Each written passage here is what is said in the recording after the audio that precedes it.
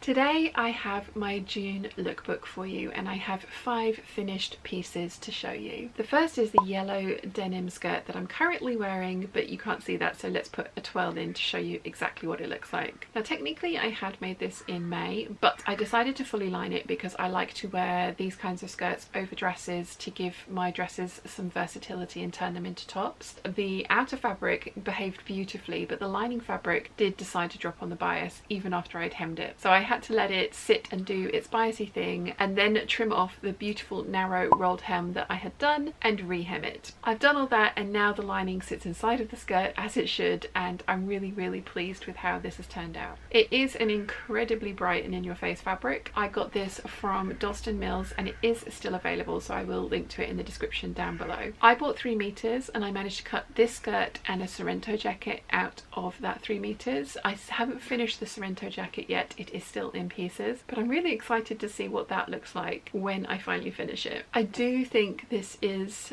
possibly a colour that is more suited to a winter palette than necessarily a spring, and I think I get away with it being a skirt on my, obviously on my bottom half, but the jacket is going to be quite interesting to see how it looks when it's closer up against my face. There are always ways that I can work around, you know, it being right next to my face with scarves, etc., so it's not the end of the world, but it is going to be interesting to see how that one comes out when I do finally get it finished. I absolutely love this skirt. It's the Vogue 9345.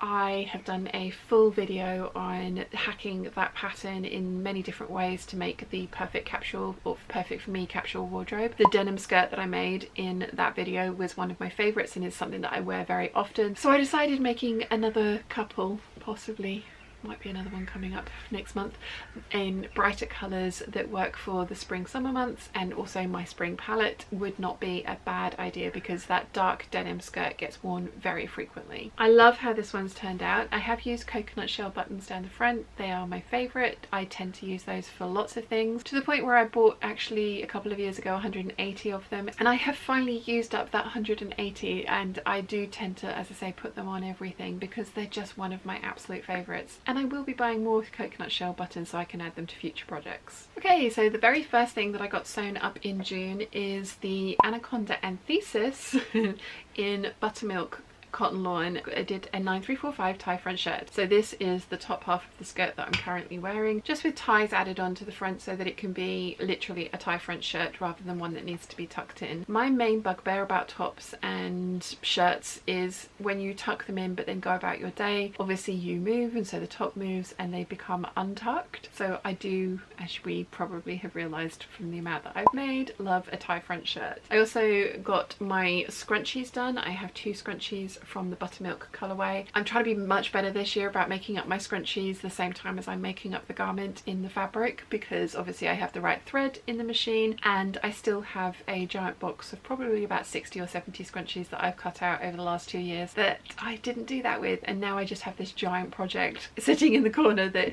I will do at some point. There will be a point where I will be in the right frame of mind to do that. It's just not quite hit yet, so I'm trying to be much better about making them as I go this year. So far I've made 15, so I'm getting better at doing them at the same time. I've loved this shirt. I've made this shirt many times. I really love how it's turned out in this print. The Anaconda Thesis is a gorgeous print. I absolutely love it. I'm still working on my 8577. It just needs the inner lining, hemming, and then buttonholes and buttons, and it will be finished. So there will be a dress coming in this very soon. Out of the 5 meters of fabric I had, I managed to get that dress, this shirt, 2 scrunchies, and I do have some scraps and leftovers that I will be using at the end of the Anaconda Thesis collection project to hopefully make something interesting and a good way of using up scraps. But that is a project coming up at a later date because I would like to get all of my Anaconda Thesis pieces.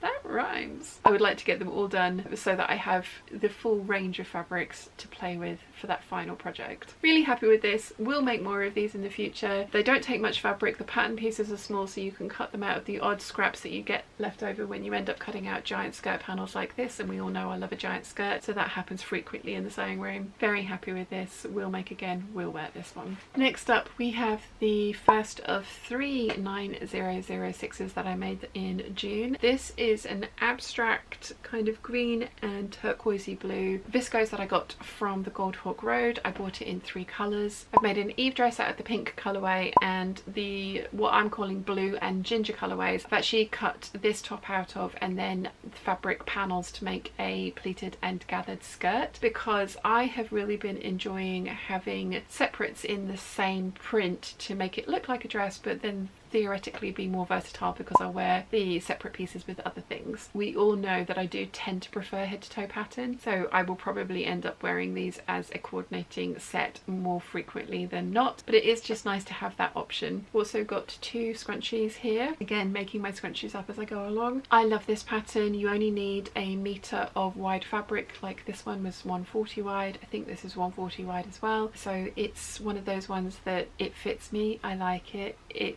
works for my aesthetic and wardrobe, and it will be something that you guys probably get sick of seeing, very much like the Anna top, because it does take so little fabric, it is so quick to make, and it does suit me, or at least I like wearing it. So I do have a bunch of shorter lengths of fabric that are drapey in my stash that I hadn't known what to do with, and they will probably end up being variations on there. Thankfully you guys seem to like this top, because I had featured one in last month's lookbook in this kind of like orangey print fabric. I mentioned that I had fully lined it and you guys were very interested to know how I had done that. So I've done a full video on how to draft a lining for something with a grown on facing like this top has, and it ended up being full sew along for the 9006 as well. So you can find the full sew along for the 9006 up here or in the description down below. I absolutely love how this has turned out. I have had this fabric in my stash for ages. I got it from Stitch Fabrics. It's a silk rayon blend with some texture on it. I was trawling through Stitch Fabrics, as I am wont to do every now and again, very dangerous for the bank balance. I came across this fabric and absolutely fell in love with it. They only had a meter left in stock. I was absolutely gutted, but I love the print that much that I bought it, and then I've hung on to it for years because I didn't know what to do with it. So I was going to make the 6563 t-shirt with it, but unfortunately or fortunately that t-shirt pattern actually takes about 1.2 meters of fabric because it is cut on the bias. This one is actually cut on the straighter grain, and I'm still genuinely amazed that I can get this on and off without a zipper in it. So when the 6563